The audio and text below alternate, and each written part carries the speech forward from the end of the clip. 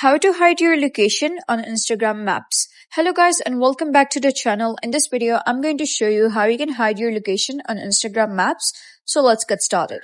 First of all, you can head over, open Instagram and then redirect yourself to the messages. You'll be able to see this globe icon, click on it. So now if you wish to hide your location from a specific person, you're going to click on this gear icon here at the top right, and then you're going to click on these three dots, and then you're going to click on hide from and simply select the account of the person from who you wish to hide. But if you want to hide your location completely from all your followers or friends on Instagram, what you need to do is click on don't share location over here, click on done.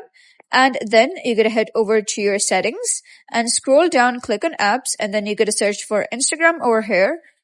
Once you're here, you're going to click on location and then you're going to click on never over here. And that is how you can hide your location on Instagram Maps. If you found this guide helpful, give it a thumbs up and don't forget to subscribe for more helpful tutorials. I'll see you in the next video.